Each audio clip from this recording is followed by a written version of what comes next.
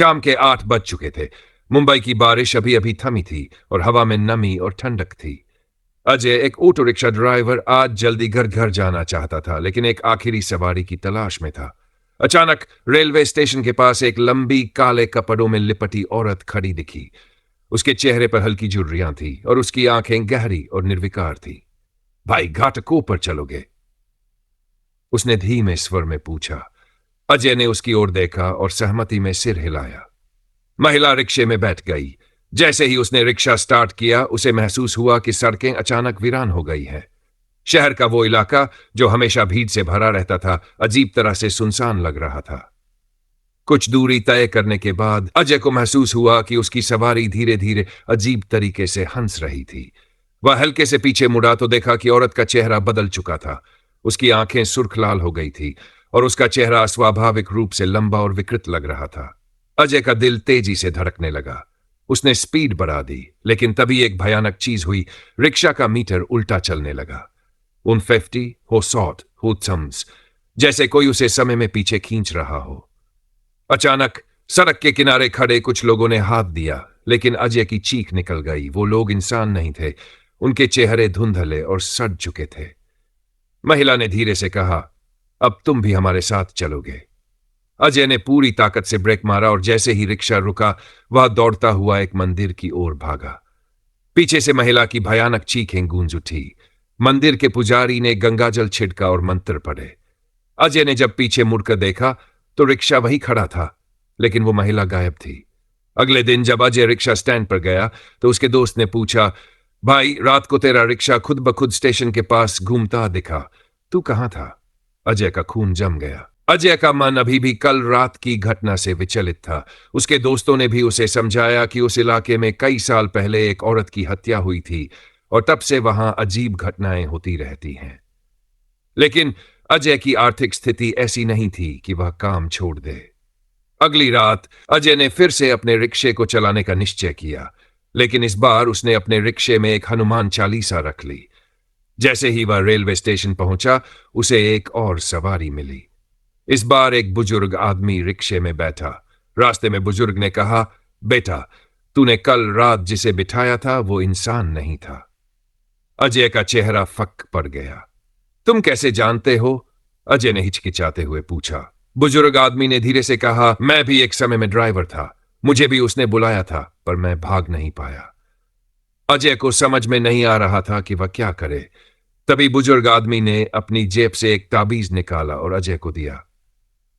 इसको अपने रिक्शे में टांग ले, इससे तुझे सुरक्षा मिलेगी। अगली रात फिर वही महिला आई, लेकिन इस बार अजय ने ताबीज को स्टीयरिंग पर बांध दिया। महिला के बैठते ही उसने कहा, यह ताबीज यहां से हटा। अजय ने साहस बटोरकर कहा, तू कौन है और मुझे क्यों परेशान कर रही है? महिला ने धीरे से अपना चेहरा उसकी ओर घुमाया। उसका चेहरा अब और भी भयानक लग रहा था, झुलसा हुआ और खून से सना हुआ। मेरा नाम मंजरी है। मुझे मेरे पति ने इस जगह पर जला दिया था। मैं तब से हर उस आदमी से बदला लेती हूं जो मुझे यहां मिलता है। अजय ने हनुमान चालीसा का पाठ शुरू किया।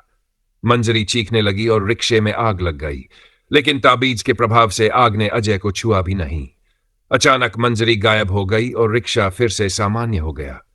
लेकिन अजय ने देखा कि सीट पर खून के धब्बे थे जो धीरे धीरे गायब हो रहे थे। उस रात के बाद अजय ने तय किया कि वह उस इलाके से कभी नहीं गुजरेगा, लेकिन मंजरी की आत्मा अभी भी वहीं भटकती रहती है, एक नई सवारी की तलाश में। अजय ने सोचा था कि ताबीज और हनुमान चालीसा की मदद से वह मंजरी की आत्मा से छुटकारा पा चुका है, लेकिन सच्चाई कुछ और ही थी। उस रात के बाद से उसके साथ अजीब घटनाएं होने लगीं। हर रात उसे लगता कि कोई उसके रिक्शे में बैठा है, जबकि पीछे कोई नहीं होता। कई बार चलते चलते रिक्शा अचानक बंद हो जाता और मीटर फिर उल्टा चलने लगता। उसे अपने आसपास किसी की सांसों की आवाज भी सुनाई देती, लेकिन जब वह मुड़कर देखता तो वहां कोई नहीं होता।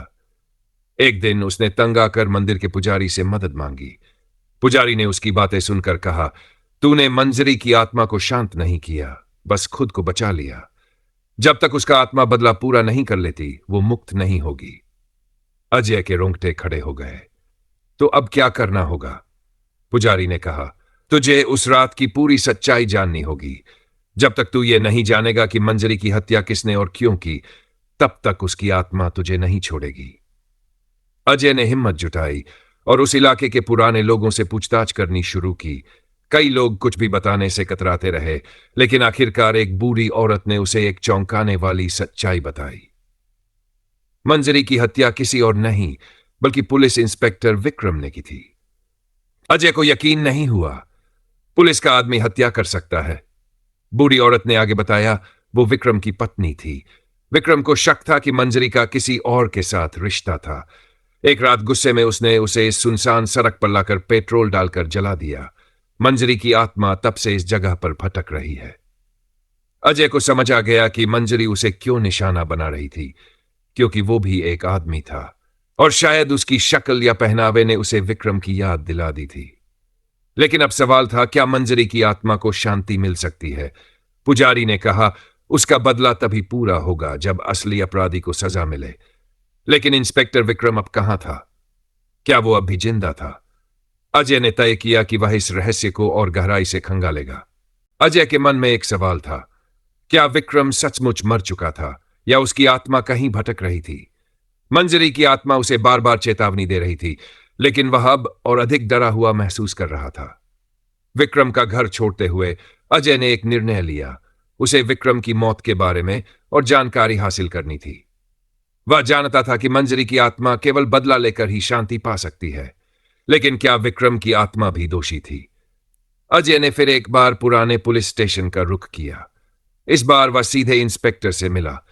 इंस्पेक्टर ने अजय की चिंता को समझते हुए कहा, तुम्हें विक्रम की मौत के बारे में सच्चाई जाननी चाहिए। उसे मारने वाले लोग वो नहीं थे जो तुम सोचते हो।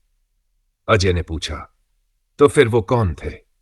इंस्पेक्टर ने कहा, विक्रम की आत्मा कभी शांति नहीं पा सकी। उसका एक बड़ा राज था। वह सिर्फ एक पुलिस वाला नहीं था, बल्कि उसने कई गलत काम किए थे।